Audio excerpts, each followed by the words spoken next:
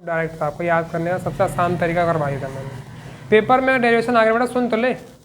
अरे अच्छा हाँ पानी नहीं है, खाली है, ले। तो अगर पेपर में अगर क्वेश्चन आ जाइए तो इसको अलग करने का तरीका थोड़ा सा अलग हो जाएगा इसका। ठीक है, कैसे देखिए, तो करना ये होगा कि जब आपका फ्लूइड 1 से 2 तक गया था तो आपको करना पड़ा work done, and work done is equal to pressure into volume, pressure into volume dV। P1 V1 है, PdV है, हाँ P1 minus P2 into dV है, volume, change in volume. Done. Work done जो होगा वो आपका वर्क डन कन्वर्ट हुआ किस में, वर्क डन होगा आपका काइनेटिक एनर्जी में और पोटेंशियल एनर्जी में। ध्यान सुन लेना कि जो आपका वर्क डन हुआ है वो कन्वर्ट होगा चेंज इन काइनेटिक में और चेंज इन पोटेंशियल एनर्जी में। यहाँ पे वर्क डन किसके बराबर है भाई, तो वर्क डन है आपका P1 minus P2 into delta V। Kinetic energy होगा भाई 1 है आपका यहाँ पर और आपका 2 यहाँ पर है। ठीक है, तो ये हो जाएगा आपका half kinetic energy, half m into, क्या कहूँगा यार इसे, मैं थोड़ा सा रफ करने रुक जाएगा जरा, वो डायग्राम दिखाना जरूरी है, गलती कर दी मैंने डायग्राम से।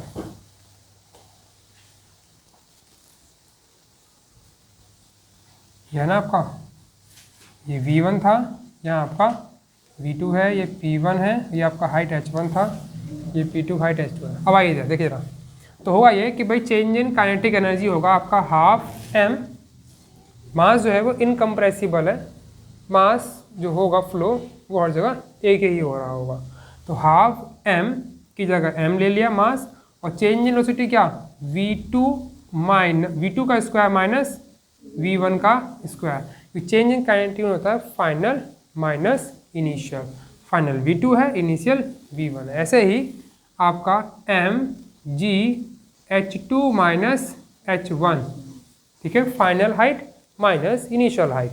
अब करेंगे क्या कि P1 की जगह P1, V2 की जगह P1 की जगह P2, V1 की जगह V2। वॉल्यूम क्या होता है आपका, वॉल्यूम होता है आपका डेल्टा V, ऐसे रहेगा। यहाँ से आप मास कॉमन ले लीजिए, यहाँ से मास कॉमन ले लीजिए, ये बन जाएगा आपका V2 का स्क्वायर माइनस V1 का स्क्वायर अपॉन में 2 GH2 माइनस H1। ठीक है, ये मास जाएगा डिवाइड में, क्या बन जाएगा वो, रो नहीं 1 अपॉन रो, नहीं 2 नहीं, रुक तो जा, V2 का स्क्वायर माइनस V1 का स्क्वायर अपॉन में 2 प्लस GH2 माइनस H1। कुछ दिक्कत नहीं समझ में,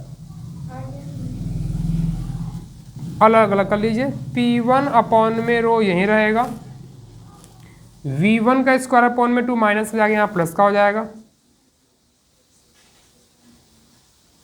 ये माइनस का H1G यहाँ जाके प्लस का H1G हो जाएगा, इज इक्वल टू ये माइनस का P2 अपॉन में रो जाके यहाँ पे प्लस का हो जाएगा, P2 अपॉन रो, यहाँ पे V2 का स्क्वायर अपॉन में 2 यहीं रहेगा और GH2 भी यहीं रहेगा। ये तो फॉर्मूला निकल के आया था, चेक कर लीजिए, यही फॉर्मूला निकल के आया था।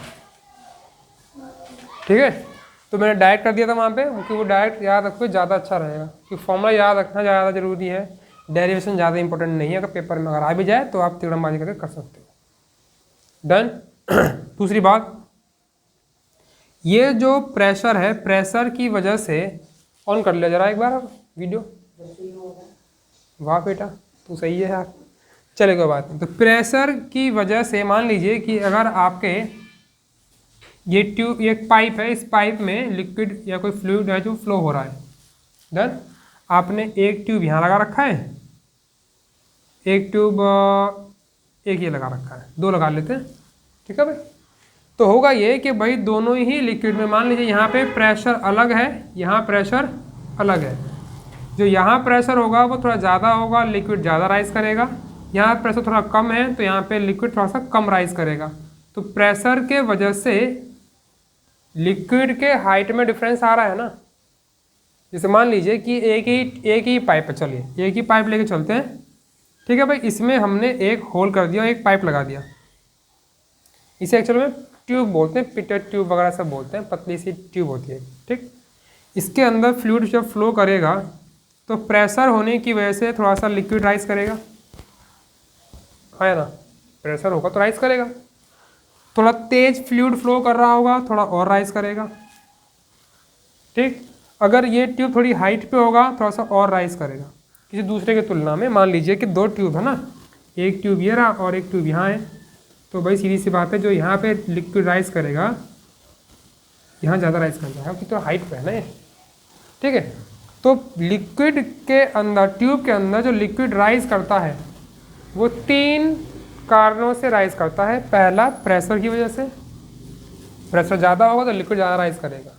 दूसरा, वेलोसिटी की वजह से, वेलोसिटी ज़्यादा होगी तो काइनेटिक एनर्जी ज़्यादा होगी, हाइट भी जो ट्यूब होगा इसमें ज़्यादा राइज करेगा, समझ में आया। और तीसरा तो आपका हाइट है ही।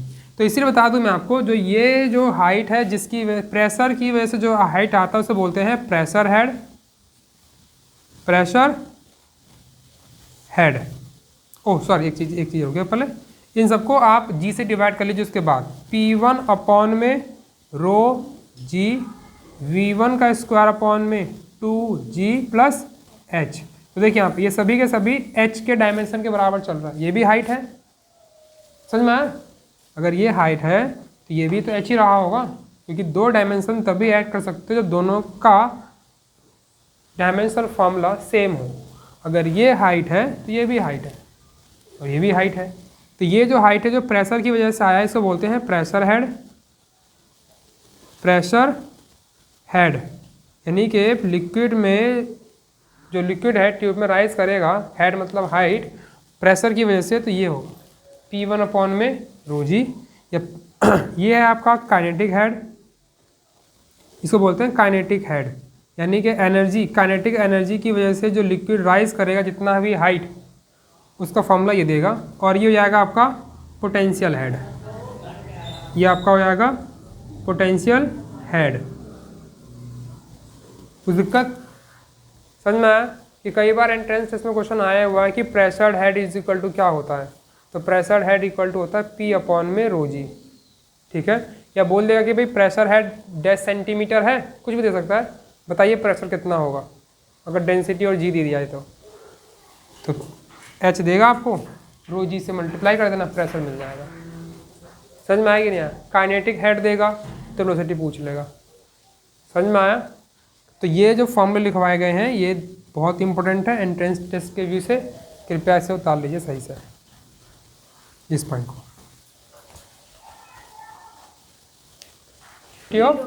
हाँ, वेलोसिटी या स्पीड ऑफ ई फ्लक्स और स्पीड ऑफ ई फ्लक्स भी बोल देते हैं इसको, वेलोसिटी ऑफ ई फ्लक्स। ध्यान सुनना क्या होता है ये। ई फ्लक्स मतलब होता है बाहर निकलना किसी चीज़ का, ठीक है। सपोज दैट कि आपके पास ये एक कंटेनर है, ठीक, और इसमें आपने यहाँ तक, इसमें लिक्विड भरा हुआ है, पूछा आराम से बैठ जा। ये यहाँ से H हाइट नीचे आपने एक छेद कर दिया, एक होल कर दिया यहाँ से, डन। वेलोसिटी, ये पानी है, यहाँ से बाहर निकलेगा, बाहर, डन। सामने नहीं जाएगा, नीचे गिरेगा क्योंकि एक्सलेशन नीचे है। समझ में आया। याद कीजिए जब पैराबोला, जब हमने प्रोजेक्टाइल में पढ़ाया था तो प्रोजेक्टाइल में पैराबोलिक पाथ बन रहा था, और जब वेलोसिटी यहाँ पे पार्टिकल अभी यहाँ जब पहुँच जाता है तो यहाँ पे सिर्फ और सिर्फ सामने की तरफ वेलोसिटी होता है ना, क्योंकि ऊपर वाला जो वेलोसिटी था वी वाई, वर्टिकल वाला वाई डायरेक्शन वेलोसिटी, वो जीरो हो जाता है। याद आया कुछ? ठीक। इसके बाद भी पार्टिकल पैराबोला ही बनाता है, इसे टच करता हो जाता है नीचे की तरफ। याद आया कुछ? ऐसे ही याद नहीं आया ध्रुव? तो ऐसे ही यहाँ से जब वाटर बाहर निकलेगा तो यहाँ से टेंजेंट बनाता हुआ नीचे पैराबोला गिरेगा, ऐसा कुछ मान लेते हैं। हॉरिजॉन्टल आगे यहाँ गिर जाएगा पानी आपका, यहाँ गिरेगा। डन। तो भाई यहाँ पे करना क्या है कि भाई पानी जो है वो बाहर निकल रहा है, वेलोसिटी जो भी है वो आपको फाइंड करना है। गिवन क्या है? गिवन ये है कि भाई इस वाटर की जो डेंसिटी है वो रो दी गई है। यहाँ से ये h हाइट नीचे है, ये h गिवन है, ठीक है। ग्रेविटी तो खैर अंडरस्टूड है, वो गिवन ही होगी। अब आपको करना क्या है कि ये वेलोसिटी की वैल्यू क्या होगी अगर ये सब आपको गिवन है। तो रो गिवन है, density of the fluid, height given है और कुछ गिवन नहीं है। तो आप ये वेलोसिटी कैसे निकालेंगे? तो वेलोसिटी निकालने के लिए अब करना क्या होगा, बर्नौलीज प्रिंसिपल यूज़ करेंगे 2 पॉइंट पे। कैसे? तो using Bernoulli equation at 1 and 2 position. ये हमारा 1 पोजीशन मान लेते हैं और इसको हम 2 मान लेते हैं। ये 1 है और ये 2 है। तो एनर्जी 1 पे कौन सी हो जाएगी भाई? 1 पे एनर्जी हो जाएगी आपकी P1 अपॉन रो जी, P1 अपॉन रो जी, कुछ दिक्कत नहीं। V1 का स्क्वायर अपॉन 2G प्लस ये हाइट यहाँ से H1 हाइट है is equal to P2 upon में रो जी प्लस V2 का square upon 2G plus H2। समझ में आया? 1 वाले पे 1, 2 वाले पे 2। अब ध्यान सुनना कि P1 और ये दोनों आपस में इक्वल है, कट जाएंगे दोनों तरफ। क्यों? क्योंकि जब P1 की वैल्यू है वो P2 के बराबर है और ये बराबर है एटमॉस्फेरिक प्रेशर। यहाँ भी एयर है, यहाँ भी एयर है, दोनों आपस में एटमॉस्फेरिक प्रेशर है, दोनों इक्वल, कट जाएंगे। कुछ दिक्कत? पक्का ना? डन। V1 की वैल्यू जो वैल्यू यहाँ पर ये आपकी टेंस टू 0 हो जाएगी। क्यों? क्योंकि जो पानी है यहाँ पर वो कहीं भग नहीं रहा, कहीं मूव नहीं कर रहा, वो स्टडी है, स्टडी स्टेट में है, वेलोसिटी 0 हो जाएगी। कुछ दिक्कत? पानी अब रुका हुआ है भाई, ये दोनों आपस में कट जाएंगे ना, कि इक्वल है ना दोनों तरफ, तो ये जाके माइनस हो जाएगा, ये वाली वैल्यू 0 हो जाएगी। क्या बच गया भाई? ये H2 जाके माइनस हो जाएगा, H1 minus H2 is equal to V2 का स्क्वायर अपॉन 2G। तो late H1 minus H2 H है, H1 माइनस H2 H है, कि जो आप हाइट नाप रहे थे ग्राउंड था ना, तो ये आपका H1 हाइट और ये आपका H2 height, H1 minus H2 कर लोगे तो H आ जाएगा आपका। डन। तो वेलोसिटी आ गया आपका V2 इक्वल टू आएगा आपका 2G H का स्क्वायर रूट। यानी कि जो ये वेलोसिटी, जिस वेलोसिटी से पानी इस ओरिफिस, छेद से, होल से बाहर निकलेगा, वो डेंसिटी पर डिपेंड नहीं करता, वो सिर्फ एक चीज़ पर डिपेंड करता है कि इस हाइट से ऊपर कितने हाइट तक पानी रखा हुआ है। जैसे मान लीजिए कि आपके पास ये एक कंटेनर ले लिया आपने, इस कंटेनर में यहाँ पे आपने एक होल रखा हुआ है। डन। एक होल आपका यहाँ पर है और एक होल यहाँ पर है, पानी यहाँ तक भरा हुआ है। ये आपका H1 हाइट है, ये आपका हाइट H2 है और ये हाइट आपका यहाँ से लेकर वहाँ तक H3 है। डन। जो यहाँ से वेलोसिटी होगी V1, V2, V3, ज़्यादा कहाँ पर होगी? V3 वाले पे, क्योंकि ज़्यादा हाइट पर नीचे पर है, ठीक है। जिसका जितना ज़्यादा डेप्थ होगा, ये बोल लीजिए इस होरिफिस पे जितना ज़्यादा हाइट पे वाटर लेवल होगा उसकी वेलोसिटी ज़्यादा होगी। यानी कि अगर मान लीजिए ये ग्राउंड है, ये फर्श है, तो फर्श पे जो वाटर निकलेगा ये यहाँ से टेंजेंट बनाता हुआ इतनी दूर जाके गिरेगा, ये वाला यहाँ गिरेगा और ये वाला यहाँ गिरेगा। समझ में आया? तो जी नहीं समझ में आया? जिसका जितना ज़्यादा हाइट पर होगा वो लिक्विड उस कंटेनर से उतना ही ज़्यादा दूर जाके गिरेगा।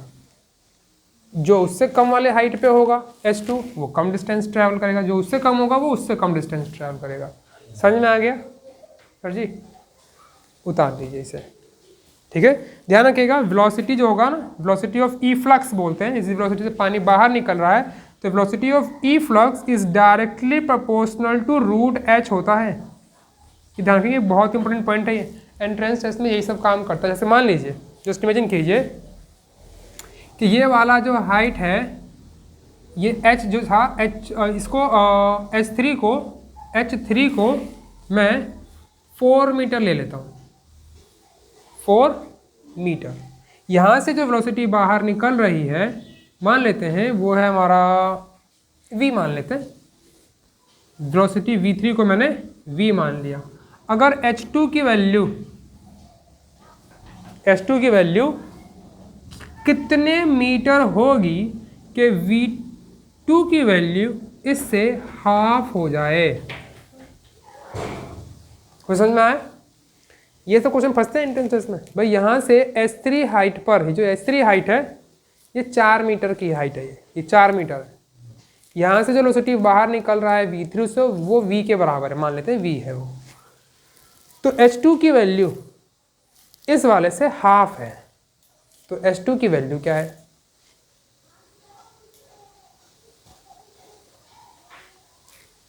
यहाँ जो वेलोसिटी है इससे डबल यहाँ पर है ना, डबल है ना। डबल का स्क्वायर कितना होता है? 4 टाइम। नहीं समझ में आया? चलो कोई बात, एक आसान तरीका देखिए से कि भाई v1 is equal to v1 upon v2 is equal to square root of h1 upon h2। मेरा v1 कितना है भाई?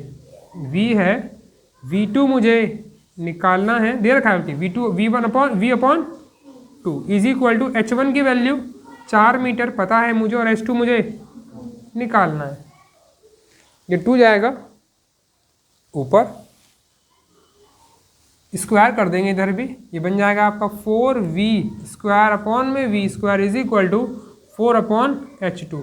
गया 4 से 4 गया, h2 की वैल्यू क्या हो गई? 1 मीटर, ठीक है। हाइट डिक्रीज होता है ना, तो ही तो वेलोसिटी डिक्रीज होता है। यानी कि यहाँ पर वेलोसिटी कितना डिक्रीज हुआ है? हाफ का स्क्वायर 1/4, उतना टाइम डिक्रीज हो गया। तो 4 का 1/4 1 मीटर होता है। नहीं समझ में आया ना? नहीं आया ना? चलो, वेलोसिटी हाफ हुआ है ना, तो हाफ का स्क्वायर 1/4 टाइम्स हाइट डिक्रीज होनी चाहिए, इसलिए 1 मीटर आया है। समझ में आ गया? याद रखिएगा। चलिए, वेंचुरी मीटर METRE है TER है? स्पेलिंग याद नहीं होती यार, मैं भी वो हूँ, क्या नाम है वो तार जमीन पे वो दांत निकले होते हैं, ईशांत अवस्थी। वो उसके ऐसे लगता। कौन? अरे वो आया था, मम्मी ने भेजा था। मम्मी ने भेजा नहीं था कि लड़का ट्यूशन, पता नहीं। अरे वो उसमें है, साथ ही आया ट्यूशन। सर तू ऑन कर ले से पहले। लक्ष्य अरे चल, भैया वेंचुरी मीटर ऑन कर ले बेटा। तो वेंचुरी मीटर सुनिए क्या काम करता है। मान लीजिए बेटा, सुन तो ले, मान लीजिए कि इसमें एक पाइप है, ये इस पाइप में कोई फ्लूइड फ्लो हो रहा है। बिल्कुल, ये देख, इस पाइप में कोई फ्लूइड फ्लो हो रहा है। अब मुझे पता करना है कि जो फ्लूइड की जो वेलोसिटी है वो कितनी है, ठीक है। वेलोसिटी ऑफ फ्लूइड निकालना है किसी पाइप के अंदर। डन। तो बता दूं मैं आपको कि venturimeter is use to measure velocity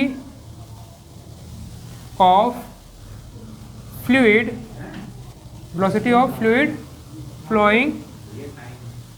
flowing in a tube, ठीक है। और ध्यान रखना फ्लूइड कैसा होना चाहिए भाई? फ्लूइड आपका इनकम्प्रेसिबल होना चाहिए, ये बहुत ज़रूरी है। इनकम्प्रेसिबल फ्लूइड होना चाहिए, क्योंकि अगर फ्लूइड फ्लो का जो कंप्रेस हो गया तो वेलोसिटी आपकी चेंज हो सकती है। जाएगा तू? चल निकल तू फिर। चलिए ये ट्यूब आपके पास देखिए बेटा, ये पूरा यहाँ से लेके यहाँ तक ट्यूब था, ये ट्यूब था पूरा यहाँ से लेके यहाँ तक। मैंने क्या करा, इसके अंदर एक डिवाइस लगा दिया कुछ इस तरीके से, पाइप ही है ये देखिए